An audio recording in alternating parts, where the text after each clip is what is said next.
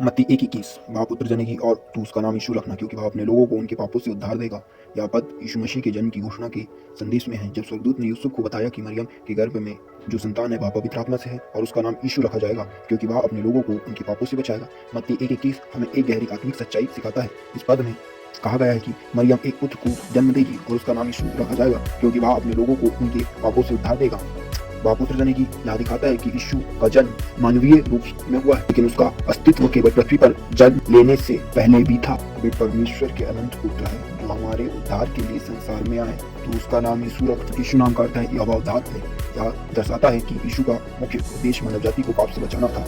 उनका नाम ही उनके उद्देश्य को प्रकट करता है, क्योंकि वह अपने लोगों को उनके पापों से उद्धार देने आए हैं। यह अपने लोगों से तात्पर्य सिर्फ यहूदी राष्ट्र से नहीं, बल्कि उन सभी से है जो यीशु पर विश्वास रखते हैं। पापों से उद्धार देंगे का अर्थ है कि यीशु केवल शारीरिक मुक्ति देने के लिए नहीं आए थे, बल्कि वे आत्मिक रूप से लोगों को पाप के बंधन से मुक्त करने आए। पाप वह बाधा है जो मनुष्य को परमेश्वर से दूर करता है, और यीशु बलिदान के द्वारा हमें इस बाधा से मुक्ति मिलती है। इससे हमारे जीवन में क्या अर्थ है?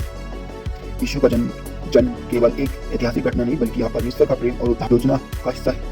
हमें अपने पापों से मुक्ति चाहिए, और यह केवल यीशु के द्वारा संभव है। यदि हम सच्चे मन से पश्चाताप करें और यीशु पर विश्वास करें, तो वह हमें न केवल क्षमा करता है, बल्कि हमें एक नया जीवन और अनंत काल की आशा भी देता है।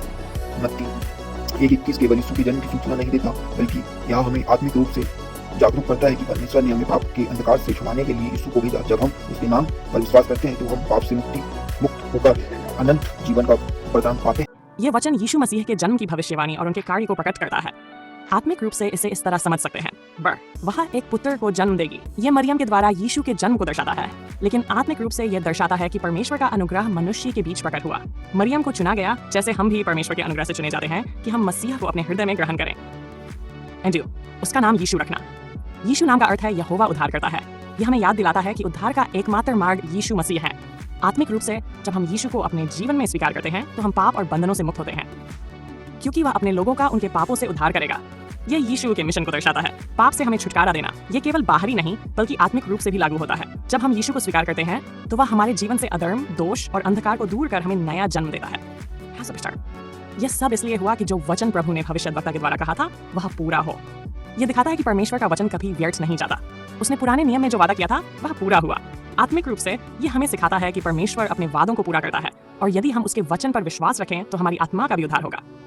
आत्मिक शिक्षा। यीशु मसीह हमारे लिए उद्धार का मार्ग है। यदि हम पापों से मुक्त होना चाहते हैं, तो हमें मसीह को स्वीकार करना होगा। परमेश्वर की योजना और वचन हमेशा पूरे होते हैं। यीशु को अपने जीवन में ग्रहण करने से हम नया जीवन पाते हैं। हमें यह याद दिलाता है कि यीशु न केवल एक ऐतिहासिक व्यक्ति थे, बल्कि वे आज भी आत्मिक रूप से हमें पाप से बचाकर एक नया जीवन देते हैं।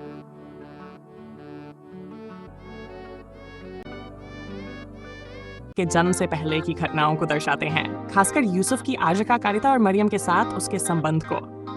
इसे गहराई से समझने के लिए इन पहलुओं पर ध्यान देते हैं। यूसुफ की आज्ञाकारिता। यूसुफ एक धर्मी पुरुष था जो मरियम को चुपचाप छोड़ने का विचार कर रहा था, क्योंकि मरियम गर्भवती थी और ये गर्भ किसी मनुष्य से नहीं मिला, बल्कि पवित्र आत्मा के द्वारा था। यूसुफ को स्वप्न में प्रभु के दूत ने दर्शन देकर बताया कि मरियम का गर्भधारण परमेश्वर की योजना के अनुसार हुआ है। मत्ती। जब यूसुफ नींद से जागा, तो उसने बिना किसी सवाल के प्रभु के दूत की बात मानी। इसका मतलब यह है कि उसने अपने डर, संदेह और सामाजिक अपमान की परवाह नहीं की, बल्कि उसने परमेश्वर पर विश्वास रखा। यह उसकी गहरी आत्मिकता और परमेश्वर की आज्ञा को स्वीकार करने की तत्परता को दर्शाता। यूसुफ ने मरियम को अपनी पत्नी के रूप में स्वीकार कर लिया, लेकिन उसने तब तक शारीरिक संबंध नहीं बनाए जब तक यीशु का जन्म नहीं हो गया। इसका अर्थ यह है कि यूसुफ ने परमेश्वर की योजना का पूरा सम्मान किया और यीशु के दिव्य जन्म को स्वीकार किया। यहाँ यह भी स्पष्ट होता है कि यीशु का जन्म पूरी तरह से पवित्र आत्मा की शक्ति से हुआ था, न कि किसी मनुष्य के माध्यम से। इससे यह प्रमाणित होता है कि यीशु वास्तव में परमेश्वर का पुत्र है, न कि केवल किसी मनुष्य का संतान। नामकरण। बात के अंत में यूसुफ ने बच्चे का नाम यीशु रखा, जैसा कि दूत ने आज्ञा दी थी। यह नाम यहोवा उद्धार करता है का प्रतीक है, जो यीशु के मिशन को प्रकट करता है। मनुष्यों को उनके पापों से बचाने के लिए आया। आध्यात्मिक शिक्षा। परमेश्वर की आज्ञा को स्वीकार करें। यूसुफ की तरह हमें भी विश्वास और आज्ञाकारिता से परमेश्वर की योजनाओं को स्वीकार करना चाहिए, भले ही वे हमारी समझ से परे हों। विश्वास और धैर्य रखें। यूसुफ ने मरियम के साथ धैर्य और सम्मानपूर्वक व्यवहार किया। यह हमें सिखाता है कि परमेश्वर की योजनाओं के प्रति धैर्य और समर्पण आवश्यक है। यीशु भी उद्धारकर्ता है। यीशु का नाम स्वयं उनकी सेवकाई और उद्देश्य को प्रकट करता है। हमें उन्हें अपने व्यक्तिगत उद्धारकर्ता के रूप में स्वीकार करना चाहिए। निष्कर्ष मत्ती 1:24-25 हमें यूसुफ के विश्वास, उसकी आज्ञाकारिता और यीशु के दिव्य जन्म के महत्व को समझने में मदद करता है। ये दर्शाता है कि परमेश्वर की योजना मनुष्य की समझ से बड़ी होती है और उसे पूरी निष्ठा के साथ स्वीकार करना हमारे लिए आशीषकारी होता है।